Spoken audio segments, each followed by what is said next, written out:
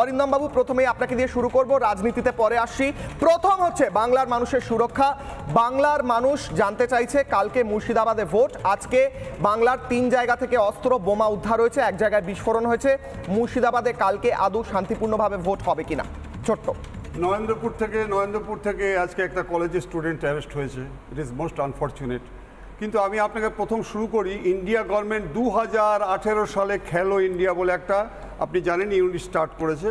আজকে অলিম্পিকে যা রেজাল্ট করছি, 1000টি ছেলে, কলেজের ছেলে এবং আপনার স্কুল থেকে 17 বছরে 21 বছরে কালেক্ট করে তাদেরকে তৈরি করছে। আর আমরা আজকে দেখতে পাচ্ছি ইট ইজ মোস্ট আনফর্চুনেট যে তারা কালেকশন করছে ভারতকে কোথায় এগিয়ে নেওয়া যায়। আজকে কলেজের স্টুডেন্টদের তাদের স্বপ্ন চুরি হয়ে যাচ্ছে। ব্রাদার, আপনাকে খুব দুঃখজনকভাবে বলি যে ইলেকশন কমিশন আজকে প্রিকশনারি মেজার করে নানা রকম বললো যে আমার বিউটিফুল এক্সপিরিয়েন্স আছে এত বছরের, কিন্তু যেভাবে নাকি আজকে বিভিন্ন জায়গায় পুলিশ, আজকে আমি আপনারা হয়তো বলবেন যে পুলিশ অকর্মণ্য নয়, এই গরমের মধ্যে পুলিশরা যেভাবে নাকি কাজ করছে, কিন্তু they are in a fixed position. Arindam বাবু, একটা প্রশ্ন করছি। হুমায়ুন বলছেন, আমি হুমায়ুন বলেই বলছি কারণ তিনি যে ভাষায় বলছেন তাকে আমার সম্মান দেওয়ার বিন্দু মাত্র এই মুহূর্তে, তাতে যে যা জাজ করবে করতে পারে। তিনি বলছেন বিরোধীদের এবং কিছু সংখ্যা উল্লেখ করছেন ভাগীরথীর জলে ফেলে দেবো। এই কথা তিনি বলার কনফিডেন্স পাচ্ছেন কোথা থেকে? তার মানে তিনি জানেন তার হাতে এই মুহূর্তে কতটা অস্ত্র, ক্ষমতা ইত্যাদি রয়েছে, আপনার মনে হয় না? শুধু এই কথাটা বলেনি, আপনি ওটা অ্যাড করুন। উনি বলেছেন মুর্শিদাবাদে 70% অমুক। What right he has got to say like this on account of national integrity, on account of আজকে কমিউনাল হারমোনি, যেটা মাননীয় মুখ্যমন্ত্রী বলছেন, সেটাকে সে ডিফাই করে আজকে এই ধরনের কথা। কারণটা উত্তর দিই, তাকে যারা নাকি আজকে প্রশ্রয় দিচ্ছে, এমন কথা বললে বোধহয় আজকে তার প্রমোশন হয়। তাহলে তো এত সাহস পাচ্ছে কি করে? আপনি বলুন আজকে তার গ্রেফতার হওয়া উচিত কিনা? অবশ্যই গ্রেফতার হওয়া উচিত। বক্তব্য রেখেছে, গ্রেফতার হওয়া উচিত কিনা? আজকে ন্যাশনাল ইন্টিগ্রিটি প্রশ্নে যারা নাকি এই ধরনের কথা বলে, প্রত্যেককে আমি বলবো যে প্রত্যেককেই কিন্তু আজকে সিরিয়াস অ্যাকশন। এবং ইলেকশন কমিশন উনি কি করছেন, কি করছেন আজকে? অরিন্দম বাবু, আমি একটা বাইট শোনাবো এই মুহূর্তে। শুভেন্দু অধিকারী অত্যন্ত গুরুত্বপূর্ণ একটা কথা বলেছেন। দর্শকদের বলি, 2026-এ আপনারা ভাবছেন বিধানসভা ভোট, কিন্তু শুভেন্দু অধিকারী একটি ইঙ্গিত দিয়েছেন। অমিত শাহের বক্তব্য তো শোনাচ্ছিলাম, কি বলেছেন তিনি শুনবো, ফিরবো আলোচনায়। বেশি দিন বাকি নেই, 35টা সিট পাবো 4 তারিখে। এই বছরই ভোট হবে। ভাইপো যাবে জেলে আর পিসি হবে প্রাক্তন। আপনি কালকে বলেছেন আমার আর আমার ভাইপোর নাম ধরতে ভয় পায় বিরোধীরা, পিসি আর ভাইপো বলে। আমি আজকে বলছি, পিসির নাম মমতা ব্যানার্জি, ভাইপোর নাম অভিষেক ব্যানার্জি। আপনার কি করার আছে করে নেন, আপনার কি করার আছে করে নেন। আবার বলছি, পিসির নাম মমতা ব্যানার্জি, ভাইপোর নাম অভিষেক ব্যানার্জি।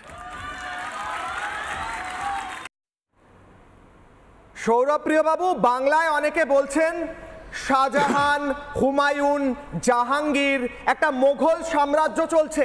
এবং হুমায়ুন যে বক্তব্য রেখেছেন একটু আগে অরিন্দম বাবু বলছিলেন, এই সমস্তর মাঝে দাঁড়িয়ে আপনার মনে হয় যে মানুষ ভোট দেবে আদৌ? মনে হচ্ছে আপনার যেমন মনে হয় যে হুমায়ুনের নামটা নিতে আপনার পুরোটা মানে অসুবিধা হয় বা ঘেন্না লাগে বা লজ্জা লাগে, আমার তেমনি শুভেন্দুর পুরো নামটা নিতে অসুবিধা হয়। আপনাকে যদি কেউ বলে 70%-র বিরুদ্ধে 30%, আপনার হবে না লজ্জা? চেষ্টা বলে নিয়ে আমি চেষ্টা বলে নিই। বিষয় দাঁড়িয়েছে মিথ্যা সাজানো বিজেপির ধর্ষণের সন্দেশখালি, 2000 টাকায় শেষ অমিত শাহর বাংলায় ভোটের থালি। 30টা আসন কেন, এরপর 3টে আসনও পাবে না। যে ধরনের মিথ্যা 2000 টাকা দিয়ে বাংলার নারীদের সম্মানকে বিক্রি করেছে এই শুভেন্দু অধিকারীর, শুভেন্দুর মতন একটা চোর শুভেন্দু, উন্মাদ শুভেন্দুর মতন একটা লোক, তার জন্য মানুষ ব্লকে আমাদের প্রচার চলবে যে সন্দেশখালী ধর্ষণের ঘটনা সম্পূর্ণ বানানো। এটা আমরা বারবার বলে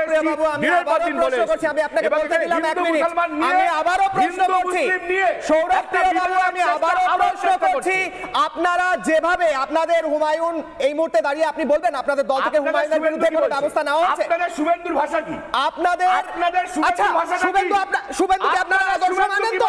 শুভেন্দুকে আপনারা আদর্শ মানেন কিনা?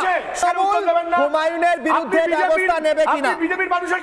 আমি বিজেপির কাছে প্রশ্ন করব, আপনার কাছে প্রশ্ন করছি, তৃণমূল হুমায়ুনের বিরুদ্ধে ব্যবস্থা নেবে হ্যাঁ কিনা?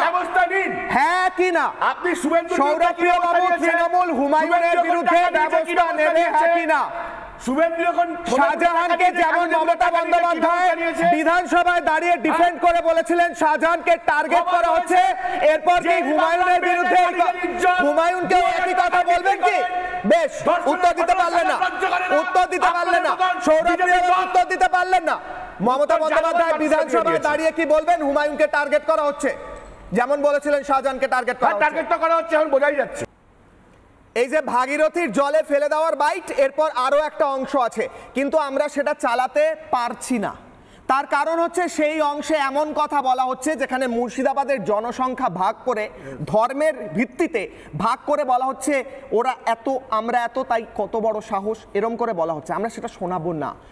অব্রবাবু আপনার কাছে আসবো। সৌরপ্রিয় বাবু বলছেন সন্দেশখালীর সমস্ত ঘটনা সাজানো, তাই জন্য সমস্ত ফাঁস হয়ে গেছে, তৃণমূল সেই জন্য ভোটে দেবে। বলুন, উত্তর দিন। তৃণমূল কংগ্রেসকে আমি চোর চিটিংবাজ বলতে পারতাম, কিন্তু আমি আজকে বলবো না, কারণ তৃণমূল কংগ্রেস চোর চিটিংবাজ নয়। Trinamool Congress mafia, criminal, antisocial. যেখানে যেখানে তৃণমূল কংগ্রেসের লোক দেখবেন, বুঝে রাখবেন ওই লোকটা হচ্ছে ক্রিমিনাল, অ্যান্টিসোশ্যাল মাফিয়া, আর নয়তো ক্রিমিনাল, অ্যান্টিসোশ্যাল মাফিয়াদের সমর্থক। তাদের থেকে কিছু না কিছু ধান্দা রয়েছে বলে সমর্থন করছে।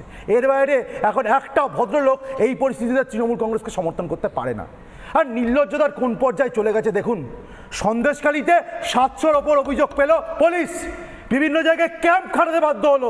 ভারতবর্ষের বুকে এই ধরনের সিচুয়েশন কোনোদিনও হয়নি। তারপরে আমাদের রাজ্য সরকার তো জমিও ফিরিয়েছে।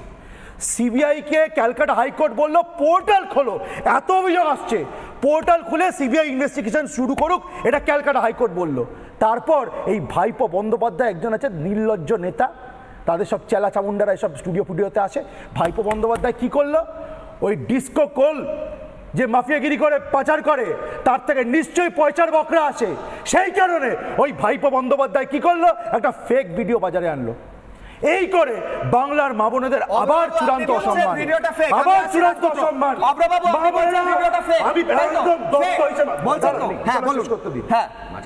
ভাইপোর যদি বুকের পাটা থাকে, ভাইপোর যদি দম থাকে, ও কোর্টে যাক ওই ভিডিওটা নিয়ে। এখানে বসে চ্যালেঞ্জ করছি। 48 ঘন্টার চ্যালেঞ্জ বিজেপিকে দিয়েছিল, 48 ঘন্টা পেরিয়ে গেছে। আমরাও চ্যালেঞ্জ করেছিলাম, ওর যদি বুকের পাটা থাকে, ওই ফেক ভিডিও নিয়ে যাক তো সুপ্রিম কোর্টে। পকেটের পয়সা তো খরচ করে না, রাজস্বের পয়সা খরচ করে বারবার নিজেদের চুরি চিটিংবাজি করেছে, বাঁচতে সুপ্রিম কোর্টে যায়। এবার যাক তো, যদি দম থাকে।